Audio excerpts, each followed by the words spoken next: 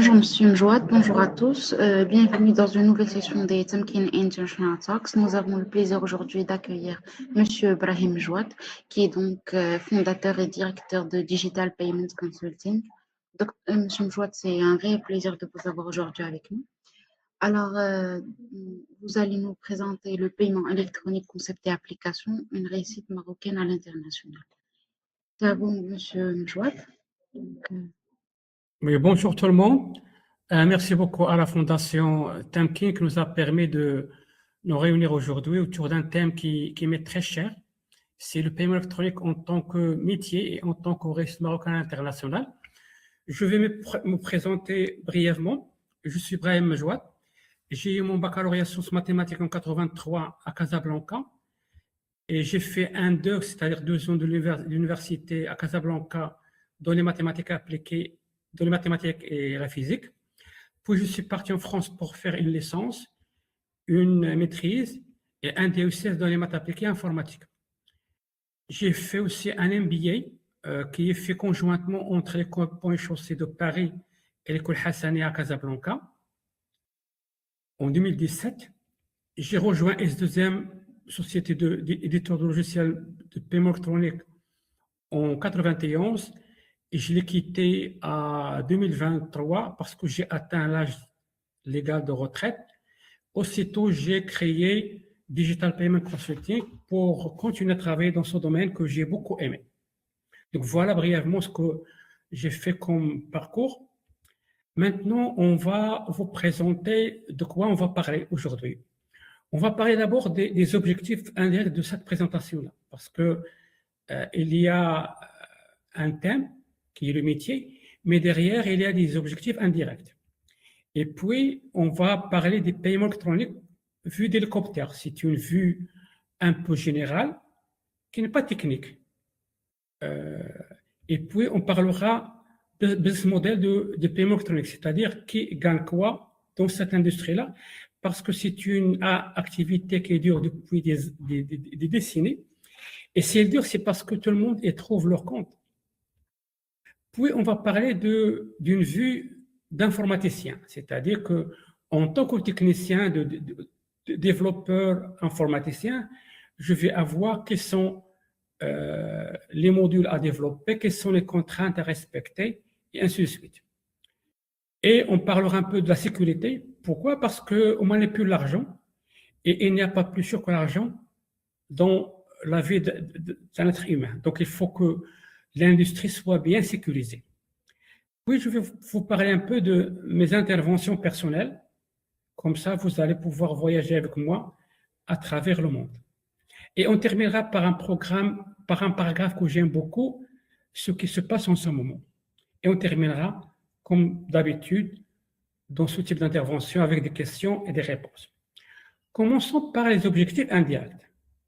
Pour moi, c'est une occasion de découvrir ensemble le monde du travail pour les futurs lauréats, notamment les futurs ingénieurs, ainsi de suite. Et puis, on va parler un peu, on va, à travers la présentation, voir comment l'ingénieur marocain a pu gérer les interactions avec les standards internationaux. Et on terminera, comme objectif indirect, par voir comment l'entreprise et la société marocaine a pu réussir à l'international malgré le défi dans ce domaine-là.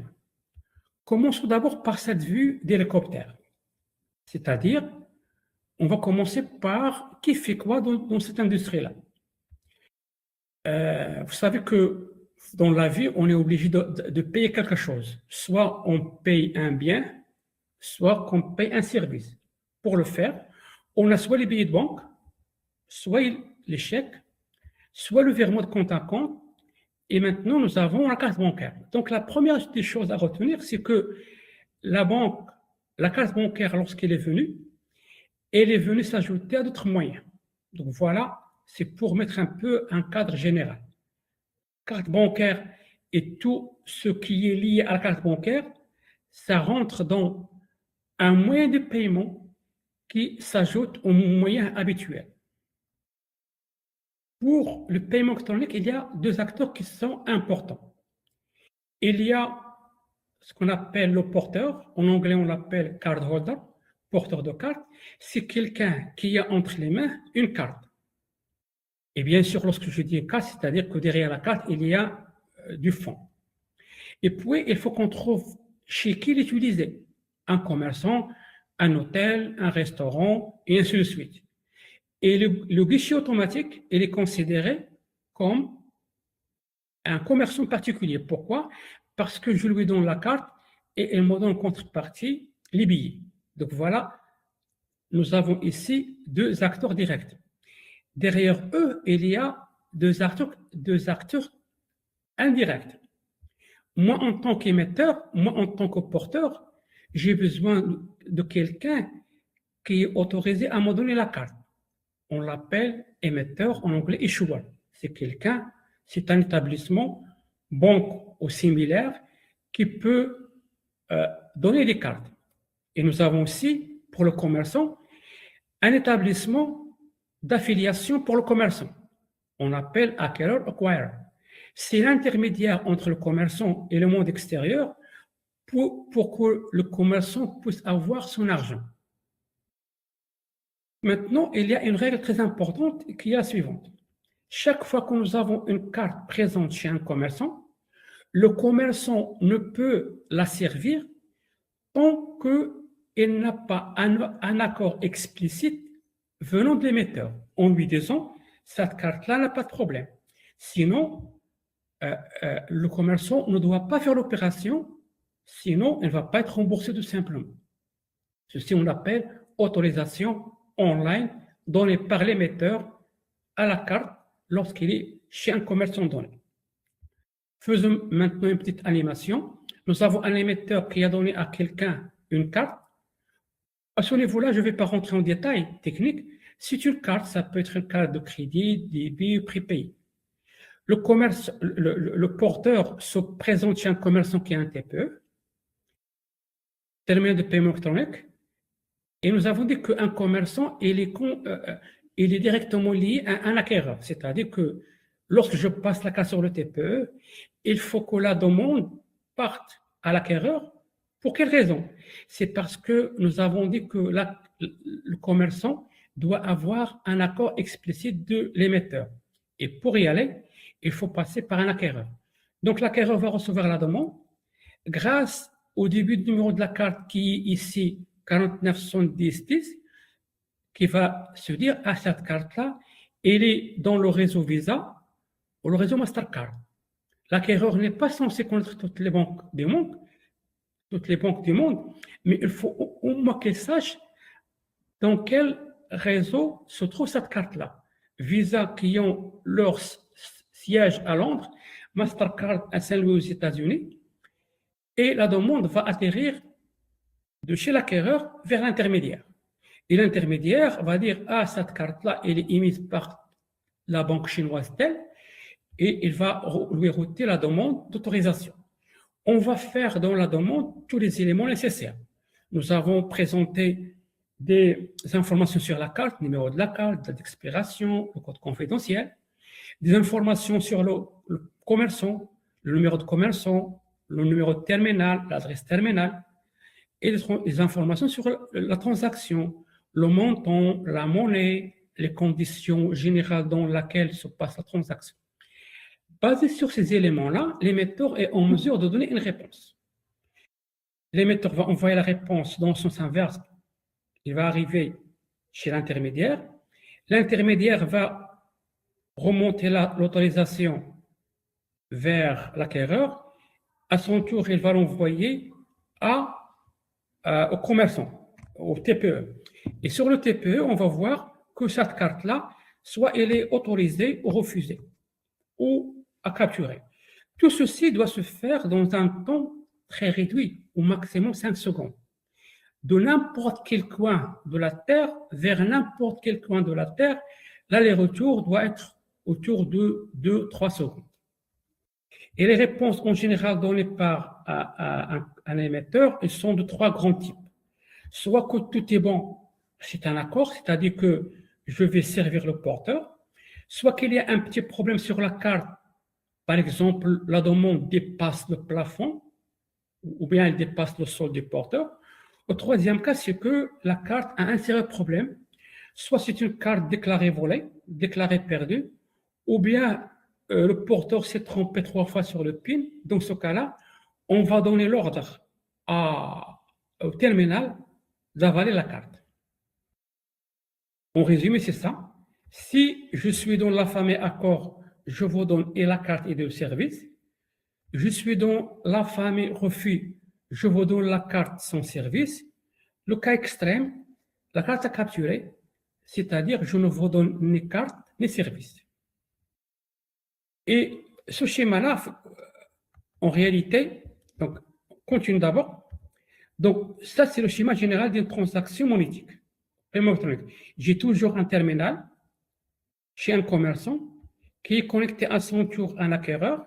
L'acquéreur, grâce au BIN, grâce à la carte, il va router la demande vers tel ou tel intermédiaire qui va router à son tour la demande vers l'émetteur et la réponse prendra le chemin inverse.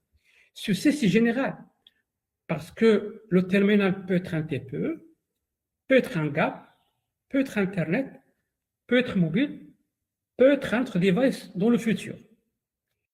Et on va avoir comme intermédiaire soit Visa, soit Mastercard, soit UnionPay, la carte chinoise, soit autre chose, soit un switch national, comme au Maroc, il s'appelle SWAM, switch al-Maghrib.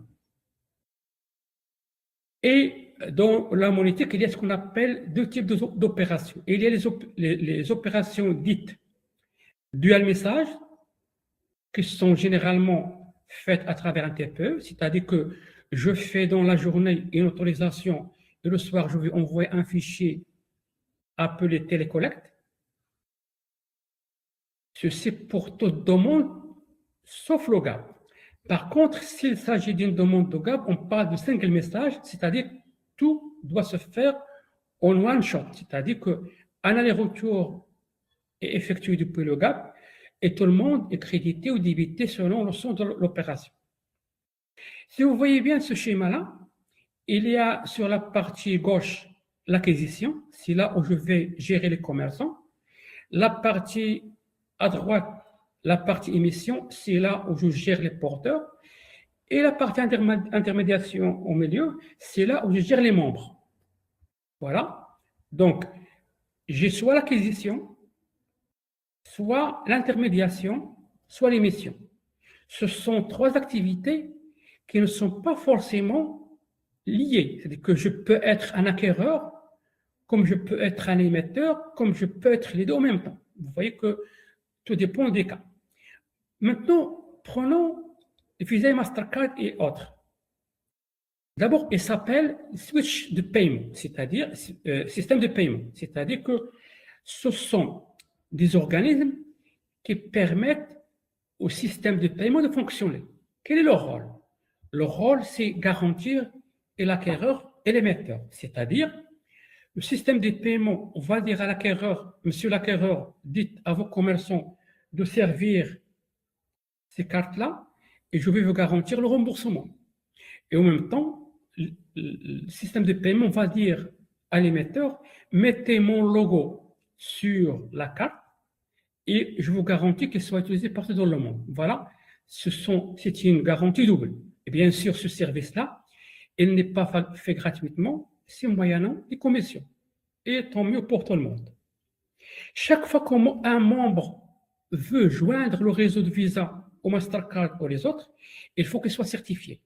Certifié dans les messages online et certifié dans les fichiers. C'est-à-dire que Visa va vous envoyer un script de test à passer online et aussi à échanger avec vous des fichiers qu'il faut qu'ils soient conformes aux attentes de Visa, au Mastercard. Et une fois que tout est conforme, vous avez la certification pour pouvoir travailler en tant que membre, soit acquéreur, soit émetteur, soit leader. Maintenant, prenons les cas extrêmes, cas particuliers. Je peux avoir quelqu'un qui est un acquéreur pur, quelqu'un qui ne gère que le commerçant. C'était le cas à un certain moment d'Interbank avant CIMI, et c'était aussi le cas au CIMI au début. Donc, c'est un acquéreur pur qui gère les commerçants. Il y a aussi ce qu'on appelle l'émetteur pur. C'est une banque en général qui émet des cartes, bien sûr, mais cet établissement-là ne gère pas les guichets automatiques. Par exemple, il vous dit, je vous donne cette carte-là et vous pouvez l'utiliser ailleurs et moi je réponds à l'autorisation qui me provient soit de Visa, soit de Mastercard. Nous avons connu dans notre parcours une banque à Londres qui s'appelle Arab Bank. C'est une banque qui gère que les porteurs. Elle ne gère pas les commerçants. Il y a aussi le troisième cas, acquéreur-émetteur fermé, c'est-à-dire que c'est un établissement qui gère à la fois les cartes porteurs et les terminaux, mais malheureusement, ces cartes-là, elles ne sont acceptées que dans le cercle fermé de l'émetteur de l'acquéreur. On appelle ça schéma A300 000, c'est-à-dire que cette carte-là, elle n'est ni Visa ni Mastercard, c'est une carte privative. Et c'était le cas dans la plupart des banques au début, lorsqu'ils ont commencé le paiement électronique. Et maintenant, on est dans le cas le plus général, acquéreur-émetteur ouvert, c'est-à-dire que moi, j'ai des cartes qui sont acceptées chez moi et chez les autres, et mes GAP et mes TPE acceptent et mes cartes et les cartes des autres, ce qu'on appelle schéma à 4 sommets, aux 4 coins. Parlons maintenant de ces profils de la carte. La carte, au début, était une carte embossée, c'est-à-dire que ce sont les caractères de la carte qui sont un peu en relief, qui sont gravés sur la carte et on peut les sentir en touchant la carte. On va voir que l'embossage n'est pas un décor, mais il a une réalité particulière, il a une raison particulière. Il y a aussi la carte à piste, toutes les cartes magnétiques, toutes les cartes bancaires, elles ont en général des pistes magnétiques derrière. C'est un niveau supérieur par rapport à la carte embossée. Et puis la carte à puce est venue. C'est un autre niveau. C'est une carte très sécurisée. On commence à prendre de la place. Il y a aussi ce qu'on appelle carte virtuelle. C'est une carte qui a une existence dans la base de données, mais qui n'a pas un support physique, c'est-à-dire qu'un simple numéro, parce que je n'ai pas besoin de support physique. Il suffit d'avoir un numéro pour pouvoir l'utiliser sur Internet. Et il y a aussi ce qu'on appelle carte tokenisée. C'est une carte, c'est un numéro d'une carte physique qui est implémenté sur un device comme le téléphone mobile. C'est un peu la tendance actuellement. L'histoire un peu du paiement, ça remonte un peu loin, mais c'était un peu primitif. Au début du siècle, du XXe siècle, il y avait ce qu'on appelle transfert de fonds via des cartes métalliques par Western Union aux États-Unis. Puis il y a des NAS Club, c'était des gens qui avaient des carnets, des petits carnets avec des cartes de paiement des années 50. 51, on a fait les premières cartes bancaires de paiement qui étaient en carton. Et puis, 57, ils ont émis les premières cartes embossées. C'était fait par American Express. C'était la fameuse carte verte American Express. C'était pas encore piste, c'était seulement embossé. Et 71, les cartes à puce ont vu le jour. 74, il y a eu l'invention de la carte à puce. Mais à cette époque-là, la carte à piste était tellement sécurisée que ce n'était pas nécessaire d'aller vers la carte à puce qui était un peu chère. Donc, on a attendu les années 2000 pour que la carte à puce commence à prendre de la place.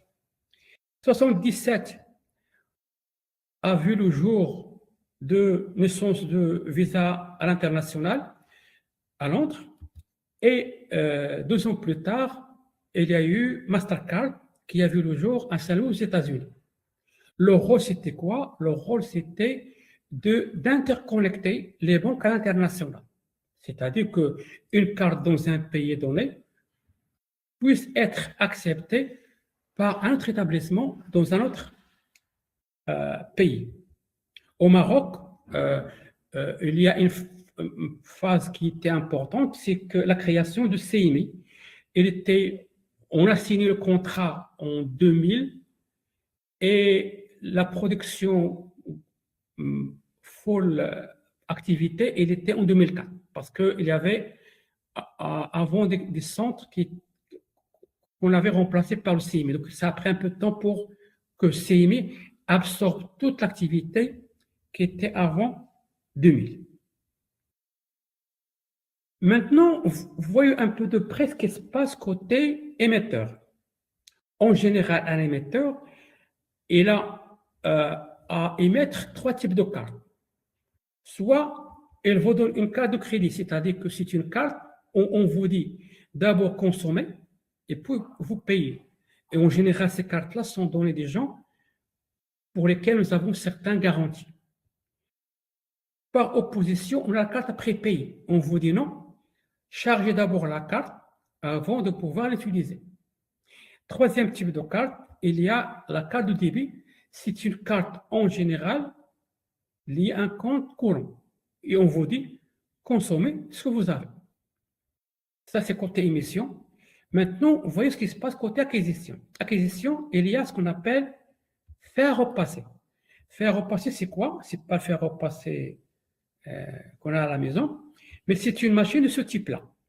C'est une machine qui permet d'utiliser les cartes embossées. Comment les choses sont passées? Donc, au début, il y avait un commerçant avec un fer à repasser. À l'époque, il n'y avait pas encore le TPE. Donc, le commerçant, il appelle l'acquéreur et là, il a tiré chez un opérateur. Il lui dit, monsieur l'opérateur, je suis le commerçant tel, j'ai devant moi la carte telle, date d'expiration telle et le montant tel. Une fois les informations saisies par l'opérateur, la demande va partir vers l'émetteur passant par l'intermédiaire. Et la réponse va venir de l'émetteur à l'intermédiaire jusqu'au porteur, jusqu'au opérateur de l'acquéreur. Et lorsque la demande est autorisée, à ce moment-là, l'opérateur va dire au commerçant, cette demande a été autorisée par un numéro tel sur 6 digits. Dans ce cas-là, le commerçant va sortir la machine faire repasser. Il va faire 3 copies sur des papiers en carbone, c'est-à-dire des papiers qui laissent de l'empreinte. Donc, je vais faire 3 copies. Une copie dans les 3 copies sur lesquelles on doit ajouter et la signature et le montant et la date. Et l'original va être remis au porteur. Une copie va rester chez le commerçant et une 3e copie va être envoyée à l'acquéreur comme preuve de transaction. Sur cette base-là, le commerçant va être remboursé. Donc, 3 copies, copie porteur, copie commerçant et copie acquéreur.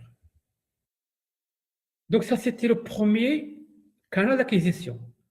Et puis, il a fait repasser. Il y a le TPE qui est venu après faire repasser. En réalité, le TPE, lorsqu'il est venu, il n'a pas chamboulé le schéma. Tout ce qu'il a essayé de faire le TPE, c'est remplacer le tronçon qui était manuel entre le commerçant et l'opérateur, entre le commerçant et l'acquéreur, qui était manuel, qui était vocal, par une transaction électronique. Je passe la carte sur le TPE et toute la demande est automatique. Au lieu de donner les informations au téléphone, je vais les envoyer par la ligne. Et c'est pour cela que le TPE, on peut dire que c'est le frère de faire repasser. On appelle en anglais POS, Point of Sale. Et il y a aussi le GAP, guichet automatique bancaire. En anglais, on dit ATM, Automatic Teller Machine. Et puis, il y a Mail Order, Telephone Order. Ceci était utilisé lorsqu'on voulait acheter par téléphone ou par mail. Donc, on communiquait la demande soit par téléphone, par mail. Et puis, il y a le Internet qui a commencé à prendre beaucoup de place, c'est-à-dire que je peux émettre une demande d'achat, service ou de bien depuis chez moi, en saisissant tout via l'Internet. Et puis, il y a le mobile. Pourquoi j'ai mis ici le mobile en rouge? C'est parce que le mobile peut jouer le rôle d'une carte comme il peut jouer le rôle d'un TPE. Même le GAP a évolué. Au début, il s'appelait le DAP. Tout ce qu'on cherchait au début, on cherchait une machine pour pouvoir distribuer des billets de façon automatique. Puisque l'être humain est gourmand, on a commencé à lui dire, monsieur, le DAP, tu fais ça, tu ne peux pas faire un peu plus. Donc, on a commencé à lui demander des services plus que les billets. Par exemple, demande de solde, demande d'historique, carnet de chèque. Donc, tous les services qui étaient dans l'agence sont maintenant à l'extérieur. Et puisque l'être humain est toujours gourmand, on a commencé à lui demander des services qui ne sont pas bancaires. Et en général, on l'appelle PDS, point de service. Pourquoi? Parce qu'on commence à travers ce gap, on a commencé à charger des cartes téléphoniques, qui n'est pas bancaire, payer des factures, qui n'est pas une affaire bancaire, à éditer des billets, soit les billets de salle de cinéma, ou salle de théâtre, ou salle de stade de foot, aussi à récupérer l'argent sans carte, notamment les étudiants qui recevaient l'argent de l'aide de leurs parents. Ils reçoivent sur leur téléphone un code et ils se déplacent vers un guichet. Au lieu de mettre une carte, ils mettent seulement le code. Donc, ils vont pouvoir avoir l'argent sans avoir entre les mains une carte, seulement basée sur un numéro. Et ceci, on l'appelle cardless, c'est-à-dire que c'est un service qui est fait sans carte. Et puis, il y a aussi le dépôt d'argent. C'est l'inverse, on appelle le cash-in, c'est-à-dire que quelqu'un qui a du cash entre les mains, au lieu d'aller vers l'agence pour le déposer, il peut le déposer via un guichet automatique. Ces guichets sont un peu sophistiqués. Pourquoi? Parce qu'ils sont capables de différencier entre 200 dirhams, par exemple, 100 dirhams au Maroc et 50 et 20 dirhams. Ils peuvent différencier entre 50 dollars, 20 dollars, des dollars, ainsi de suite. Ils peuvent différencier entre le vrai billet de faux billet. Et à la fin, il va vous dire, j'ai compté pour vous ce montant-là. Si vous acceptez, le gars va avaler tout le montant. Il va vous donner un reçu pour vous dire, ce montant-là, complètement, il a été mis sur votre compte. Je peux même faire les deux en parallèle, c'est-à-dire que je suis à Casablanca, par exemple, je veux envoyer à quelqu'un de l'argent à Oujda. Le gars, je vais lui dire, je vais envoyer 5000 dirhams, par exemple. Le gars va me dire, donnez-moi 5050. 50 comme frais, exemple.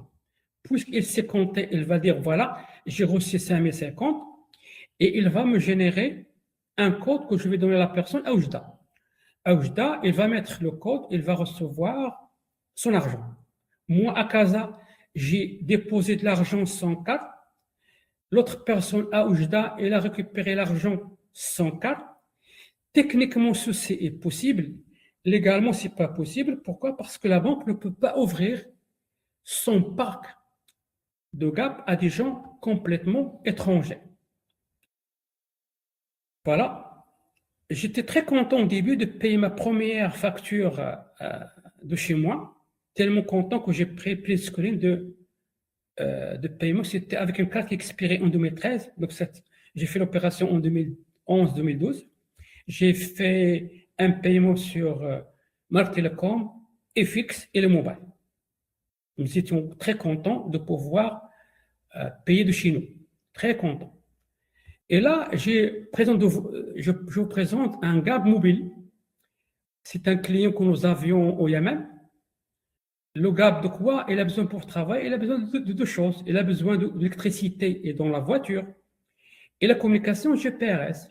Et ce GAB-là peut se déplacer là où il y a la foule et s'arrêter. Par exemple, au Maroc, il peut se déplacer dans les souks hebdomadaires, les souks qui se tiennent une fois par semaine. Donc, on n'a pas intérêt à immobiliser un gap toute la semaine, alors qu'un gap durant la journée du souk suffira.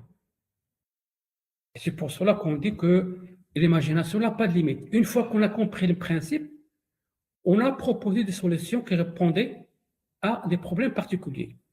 Et on dit ça en anglais, sky is your limit, c'est-à-dire que une fois qu'on a compris, on n'a pas de limite pour concevoir des réponses à des questions particulières.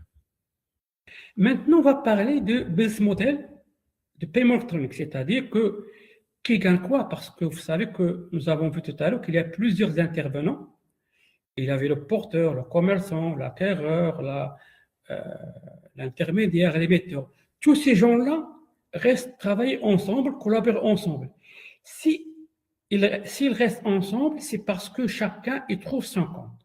Et c'est ça le rôle de cette deuxième partie.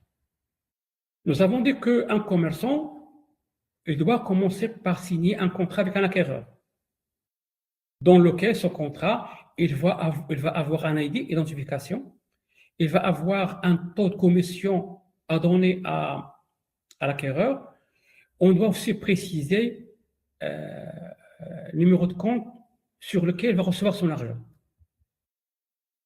Il doit disposer d'un terminal, soit un fer repassé, soit un TPE, soit une page Internet. Le principe est le même. Il faut qu'il dispose d'un équipement matériel ou logiciel. Et nous avons dit tout à l'heure que l'opération se fait en 2 étapes. L'autorisation, c'est pour s'assurer que la carte n'a pas de problème. Et ce qu'on appelle télécollecte à la fin de la journée. Et c'est grâce à cette partie-là qui, on appelle fichier envoyé le soir, c'est là où commence l'impact financier. Si un commerçant oublie d'envoyer le fichier, aucun impact financier n'aura lieu. Lui, il ne sera pas crédité et le porteur ne sera pas débité à la fin. Donc, le début de la phase financière, ça commence par le fichier envoyé par le TPE ou l'équivalent.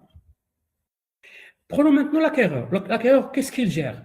Il gère, nous avons dit, il gère principalement une base de données qui contient les commerçants et éventuellement une table qui contient les TPE de ces commerçants-là. Quel est l'input de l'acquéreur? L'input, quelle est l'information principale sur laquelle l'acquéreur travaille? Ce sont les fichiers qu'il va recevoir de chez les commerçants le soir. On appelle les télécollectes. Qu'est-ce qu'il va en faire? Il va dire, monsieur le commerçant, vous avez fait la transaction, par exemple, 1000 dirhams ou bien 1000 euros. Je vous donne, je remets sur votre compte 1000 dollars ou bien 1000 dirhams et je retire la commission. C'est par exemple la commission 5%, je vous fais un crédit de 1000 et un débit de 50. Et vous voyez qu'ici, on commence à voir de quoi il vit l'acquéreur. Il vit des commissions prélevées sur les commerçants. C'est l'acquéreur. Et vous avez vu là en rouge ici, c'est que la partie qui est gagnée par le commerce, par l'acquéreur, ne va pas entièrement rester chez l'acquéreur.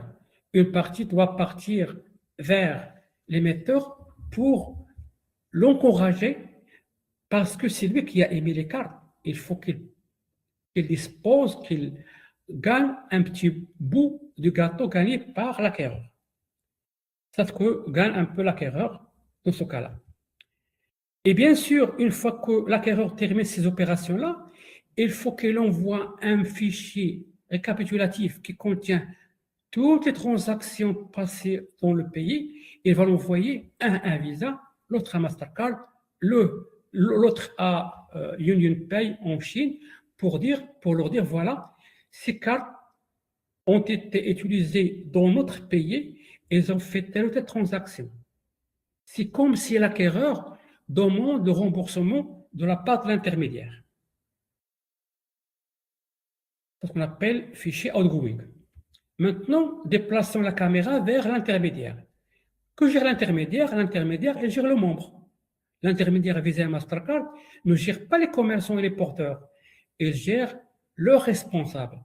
Il gère l'émetteur responsable des porteurs et il gère l'acquéreur responsable du commerce. Quel est l'input principal de l'intermédiaire? Ce sont les fichiers outgoing qui ont été envoyés par les acquéreurs. Qu'est-ce qu'il va en faire?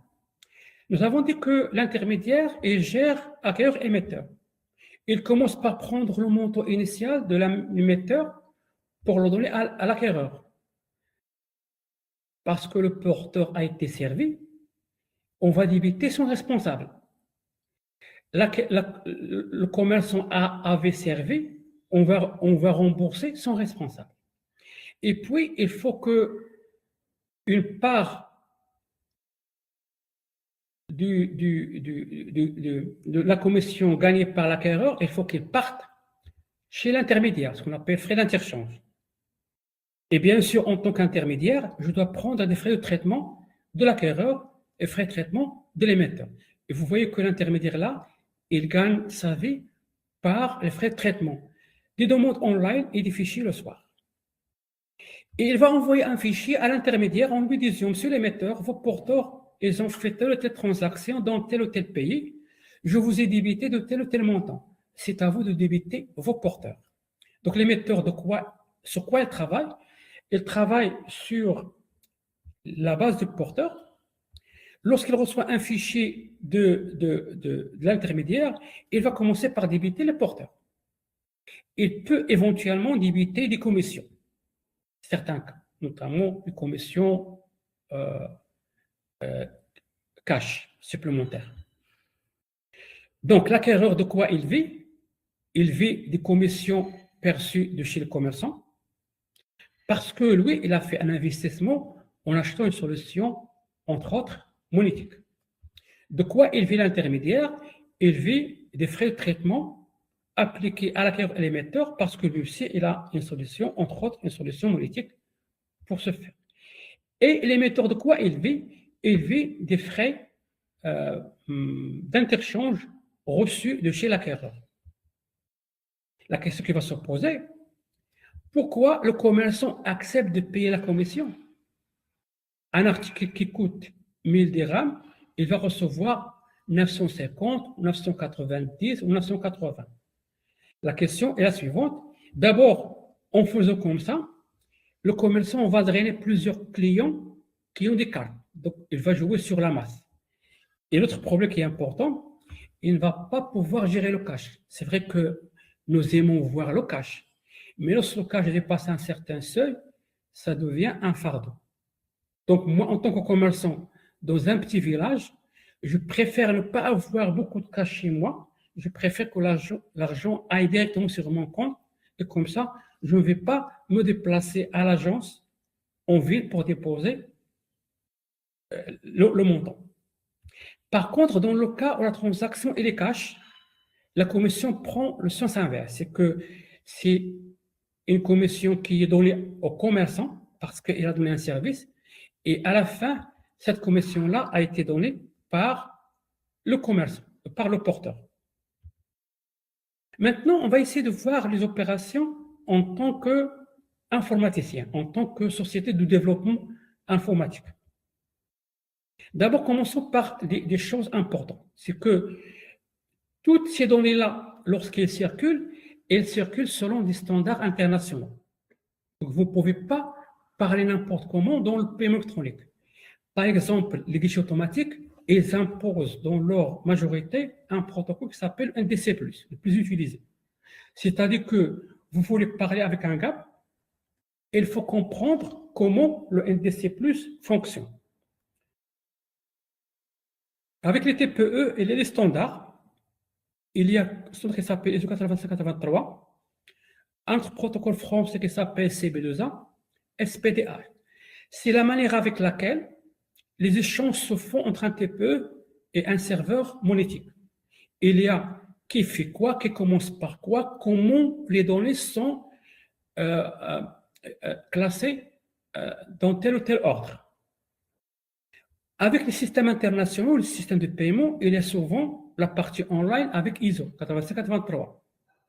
Par contre, pour les fichiers, il n'y a pas un standard Visa à leur propre format, Mastercard leur propre format, UnionPay et même les switches nationaux, régionaux ont leur propre format. Donc, la communication partout jusqu'à maintenant utilisée en TCP/IP, c'est plus stable, plus simple à paramétrer. Basé sur ces contraintes-là, les solutions vont pouvoir se développer. C'est-à-dire que lorsque vous voulez développer, vous ne pouvez pas développer n'importe comment, vous êtes plus ou moins guidé par ces standards-là. Maintenant, commençons par ce qui se passe au niveau terminal. Terminal, pour moi, ça peut être un TPE, ça peut être une page de paiement Internet, ça peut être un mobile. Donc, on doit gérer les terminaux pour des TPE pour qu'ils puissent faire téleparamétrage, autorisation, télécollecte. On peut développer des pages de paiement Internet. Il y a aussi des solutions qui sont faites via mobile. On appelle pas, donc, ils doivent faire mobile, paramétrage et l'autorisation. Et il faut gérer les échanges avec l'acquéreur. On échange l'online et on échange le fichier en fin de journée. Donc, ceci doit se faire par des ingénieurs, développeurs des solutions monétiques. Et ce sont des gens qui sont sur ce qu'on appelle les solutions embarquées. Parce que c'est embarqué soit sur un téléphone, soit sur un TPE. Déplaçons maintenant le curseur sur l'acquéreur. L'acquéreur, qu'est-ce qu'il gère? Il gère principalement une base commerçante. C'est-à-dire que j'ai besoin d'un logiciel qui me permet d'ajouter, de modifier, de supprimer, de consulter un nouveau commerçant. Parce qu'un commerçant, il faut qu'il soit déclaré avec un ID, une commission, un compte bancaire. Je peux avoir, par exemple, une base de données Oracle, par exemple. Et je dois gérer les échanges online et fichiers avec deux types d'intervenants. D'un côté, je dois gérer les échanges online et fichiers avec les TPE, GAP, Internet et mobile, vers la gauche. Et vers la droite, je dois pouvoir échanger avec les intermédiaires comme Visa et Mastercard. Vous voyez qu'il y a deux types. En plus de la base de données commerçants, j'ai besoin d'échanger à droite et à gauche, fichiers online. Et ce qui est important, c'est qu'à la fin de la journée, en tant qu'acquéreur, je dois faire ce qu'on appelle la compensation règlement de commerçant. C'est ça ma fonction principale. Déplaçons maintenant le curseur vers l'émetteur. J'ai besoin d'une application pour gérer la base des membres. Ajouter, modifier, supprimer, consulter un nouveau membre. Je dois définir l'IBIN, les membres, les adresses IP, les frais de traitement, ainsi de suite, les commissions, les comptes bancaires. Je dois gérer, par exemple, Oracle, je dois gérer les échanges avec online et fichiers, d'un côté avec les acquéreurs, de l'autre côté avec les émetteurs. Et à la fin de la journée, je dois faire compensation et règlement avec les membres. C'est-à-dire qu'à la fin, je vais dire, je vais débiter tel émetteur de tel montant et créditer tel acquéreur de tel montant. C'est ça mon rôle principal en tant qu'intermédiaire. Maintenant, on est vers la fin de la chaîne, l'émetteur. L'émetteur, on a besoin de gérer une base de données pour les porteurs. Ajouter, modifier, supprimer, consultation d'un nouveau porteur.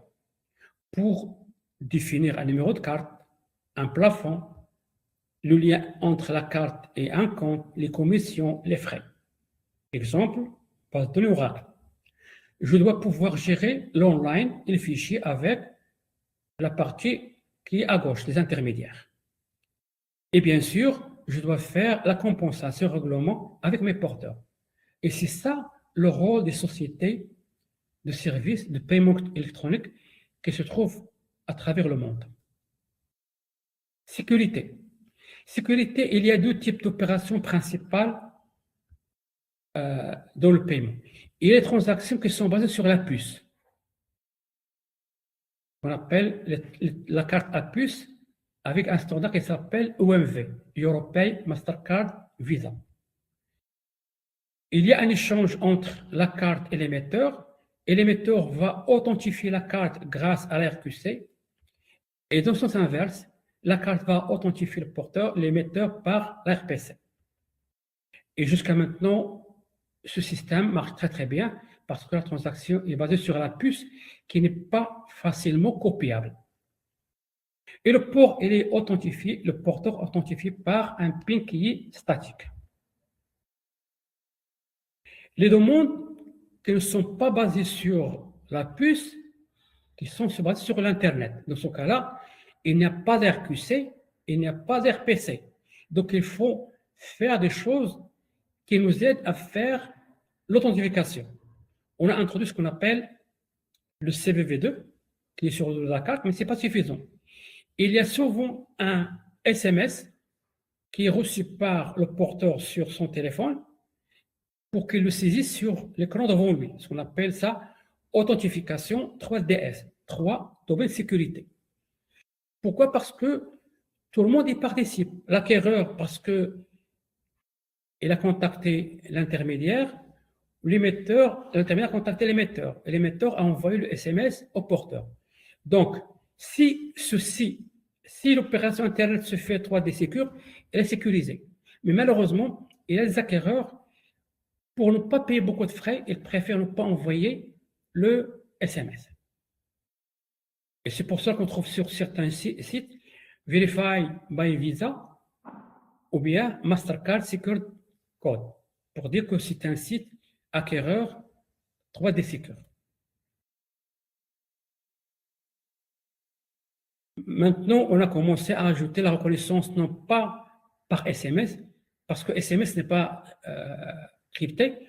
On peut ajouter reconnaissance faciale ou par la rétine. C'est une affaire de l'émetteur et son porteur.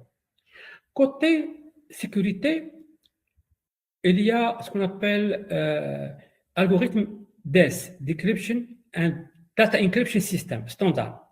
Ça permet de crypter les pins de manière symétrique, c'est-à-dire que je décrypte ici et là-bas, je vais décrypter. Il y a le RSA, c'est que si c'est crypté par la clé publique, il ne peut être décrypté que par la personne qui a la clé privée. Par contre, nous avons besoin d'un matériel physique. Il ne suffit pas de le faire par logiciel.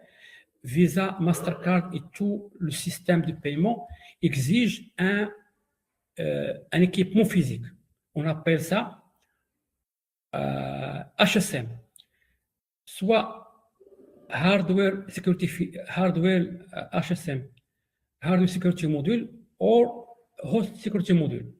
Le plus utilisé, c'est celui de Thales, qui est, à mon avis, très simple à utiliser, mais très puissant, très fort. Parce qu'une solution, elle est forte lorsqu'elle est simple.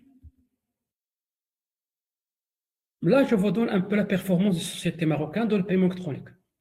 Et ce deuxième, parce que c'était la première société monétique au Maroc, qui a été créée en 1983. C'est là où j'ai passé 32 ans. Ils sont actuellement présents dans 30 pays, 4 continents, avec plus de 180 clients à travers le monde. 4 continents et 180 clients à travers le monde. Nous avons HPS, créé en 1995, dans plus de 95 pays à travers le monde, dont 5 continents, avec plus de 500 clients à travers le monde.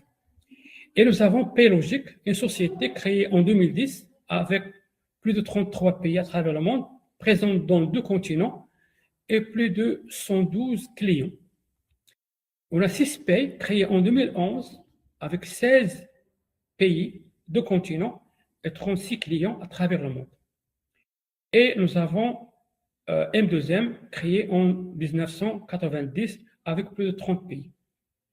Et d'autres sociétés spécialisées dans tel ou tel domaine.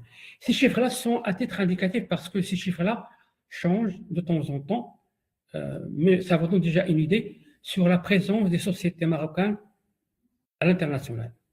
Maintenant, pour vous faire voyager à travers le monde, je vais vous parler un peu de mes interventions. Et moi, en tant que monéticien, je ne suis pas une exception. Toutes les personnes ayant travaillé dans le paiement électronique, ils ont fait plus ou moins la même chose. Personnellement, j'ai travaillé sur des projets au Maroc, une dizaine de clients à travers le Maroc. Je suis parti en France, à Strasbourg et à Paris pour des clients. Je suis parti à Londres, entre autres chez la banque, ça s'appelle Arab Bank Londres. Je suis parti à Milan pour Deutsche Bank, parce que Deutsche Bank, ils ont un centre de traitement à Milan, et nous sommes allés là-bas étudier, installer un système de paiement électronique pour Deutsche Bank. Je suis allé en Pologne, à Varsovie, chez une banque qui s'appelle la PBK. Je suis parti à Moscou chez une banque qui s'appelle Mostbank pour installer un développement que nous avons fait à Casablanca. Je suis parti en Turquie, à Aktisat Bank, à Istanbul. Je suis parti plusieurs fois en Jordanie parce que nous avons plusieurs clients en Jordanie. Je suis parti au Koweït, chez Gulf Bank, à Kuwait City. Au Népal, à Katmandou, un petit pays entre la Chine et l'Inde. Je suis parti en Chine, je suis parti en Inde, je suis parti aux Émirats Arabes Unis, en Arabie Saoudite, je suis parti en Égypte, chez Banque Mesa. Je suis parti au Soudan, chez Banque Al Baraka, à Khartoum. Je suis parti en Libye, notamment chez une société à Trablus, Tadaoul. Je suis parti chez plusieurs clients en Tunisie parce que nous avons plusieurs clients en Tunisie. Je suis parti à une dizaine de clients en Tunisie. En Algérie, chez deux clients. Je suis parti en RDC à Kinshasa exactement. En RDC, à Congo, à Kinshasa, au Congo, Brazzaville. Je suis parti au Cameroun, à Douala et à Yaoundé. Je suis parti en Guinée équatoriale, Malabo. Je suis parti au Togo, Lomé. Je suis parti en Côte d'Ivoire, Abidjan plusieurs fois. Burkina Faso, Ouagadougou. Je suis parti en Guinée-Bissau, je suis parti à Guinée-Conakry. Je suis parti au Sénégal plusieurs fois à Dakar. Je suis parti à Cuba, à La Havane, pour installer un serveur TPE. C'était dans les années 90. Je suis parti aux États-Unis parce que nous avions un partenaire à Miami, à Atlanta plutôt. Plusieurs fois, je suis parti au Niger. Je suis parti en Mauritanie. Donc, j'ai fait ces pays-là, c'était en physique. En distanciel, j'ai travaillé avec la Palestine, la Syrie, le Yémen, le Sierra Leone et le Burundi. Donc, en tout, pendant ces années-là, je me suis déplacé vers 33 pays et j'ai fait travailler avec 5 pays à distance, ça fait 38 pays avec qui je travaille. Ceci, ça ne concerne pas seulement l'ancienne génération, ça concerne aussi la nouvelle génération. J'ai un exemple que je donne souvent. Nous avons une dame qui a fait une licence à Marrakech. Elle a fait, en 2015, elle a fait l'INSA Kenetra 2017. Elle a rejoint S2M en 2017, ça fait exactement 9 ans. Nous l'avons envoyée en Nouvelle-Zélande, l'autre bout du monde.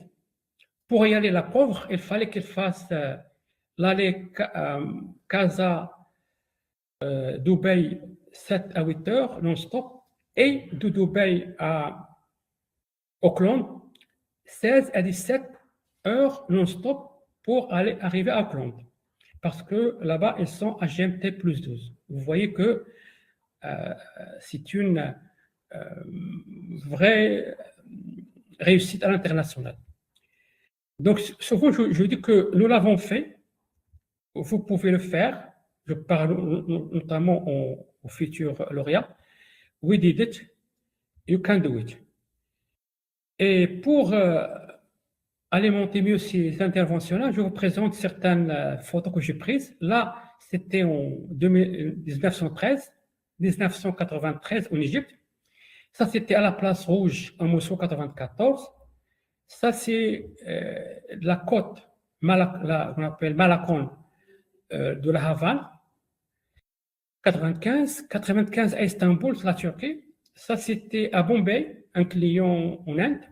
Ça, c'était à la place Tiananmen en Chine. Plus que ça, je suis parti à la Grande Muraille de Chine. Et on m'a donné ce certificat-là que j'avais signé en 97. Ça fait exactement pas mal de temps. 29 ans. Exactement.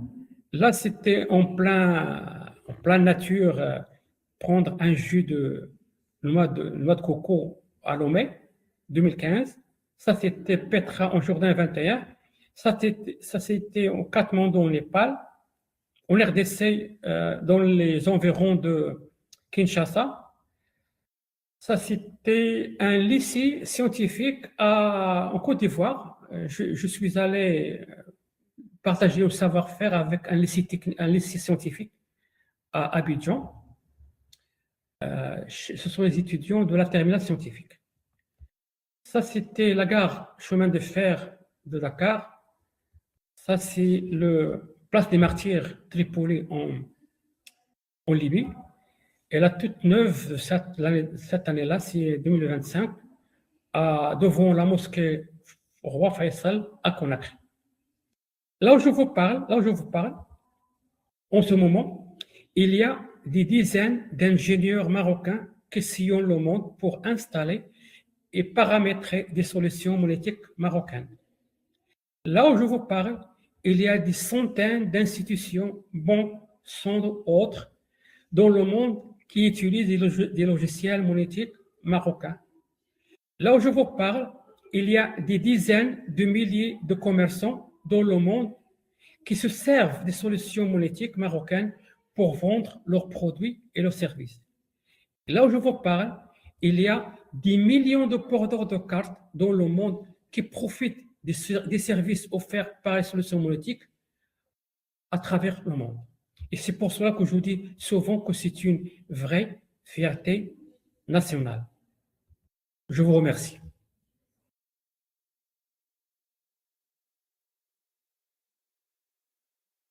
Vous êtes là? Merci, oui, bien sûr. Merci beaucoup, M. Blois, pour votre présentation.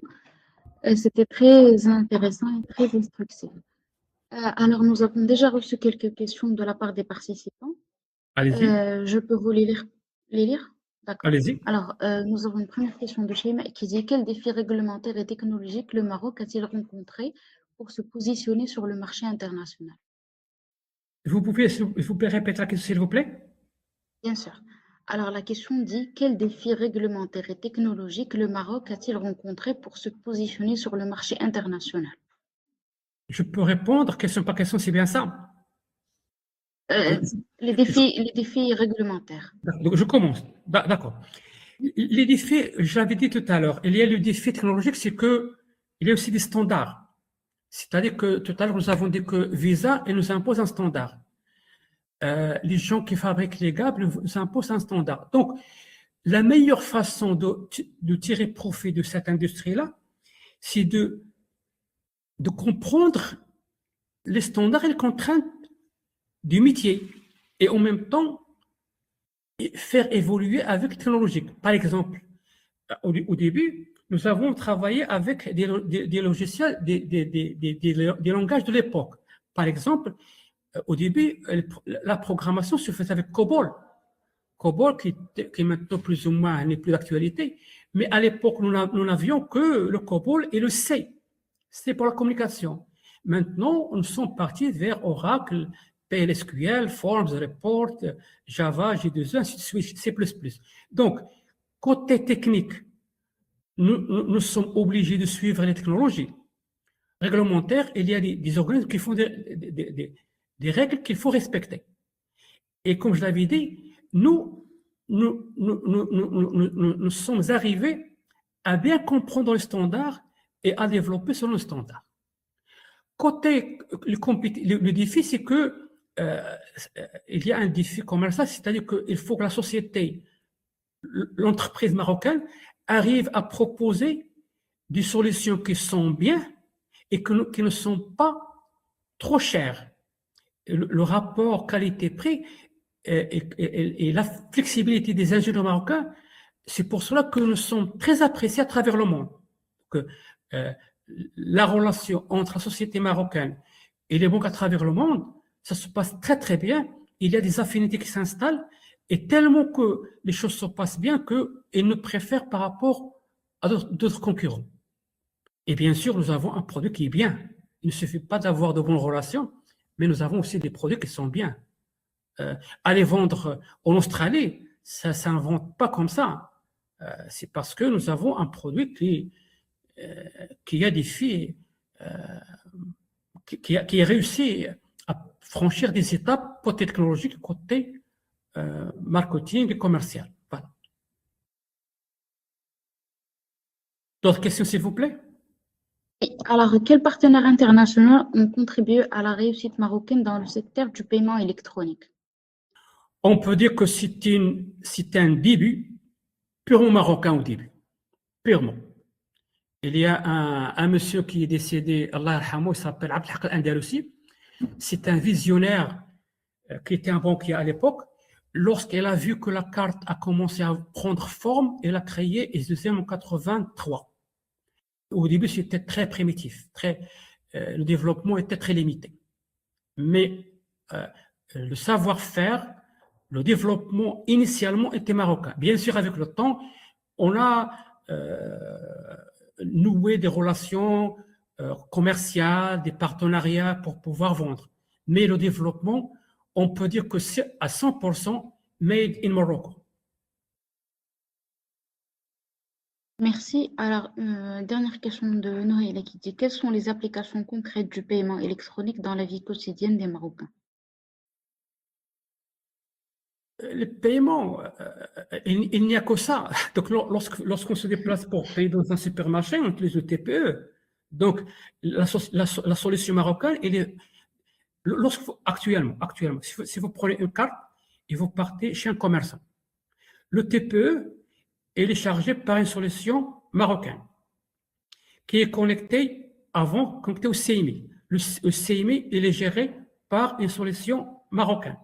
Le CIMI va envoyer la demande vers SWAM, qui est Switch Al-Maghrib, solution marocaine. La solution Switch Al-Maghrib, il va envoyer la demande à une banque marocaine, qui dans la plupart des cas a une solution marocaine.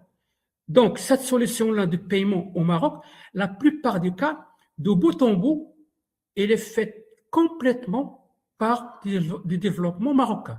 C'est vrai qu'il y a, mais rares, des émetteurs de banques qui ont des solutions qui ne sont pas monétiques, mais la quasi-totalité des banques marocaines ont des solutions marocaines.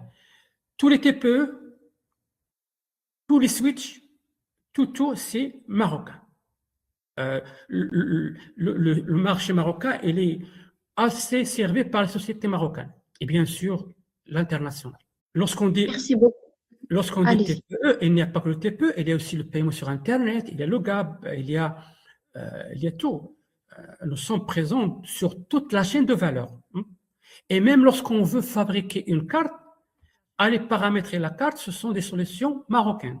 D'autres questions, s'il vous plaît? Merci. Je crois que nous sommes arrivés à la fin de notre intervention. S'il vous plaît, si quelqu'un a des questions, c'est le moment de les poser. N'hésitez pas, posez vos questions parce que c'est un métier qui m'est très cher. N'hésitez pas à poser vos questions parce que c'est un métier en évolution continue. Effectivement, votre intervention a été très complète, Monsieur Mjouad, donc je vous en remercie. Pour les questions, je crois qu'il n'y en a pas plus. Donc, nous allons en rester ici. Je vous remercie sincèrement, Monsieur Mjouad, pour votre intervention. C'est très enrichissante. Et nous espérons vous revoir bientôt dans un prochain Tamkin International Talk. Inch'Allah. Merci beaucoup à vous tous. Merci beaucoup. Merci à vous également. À très bientôt. Au revoir.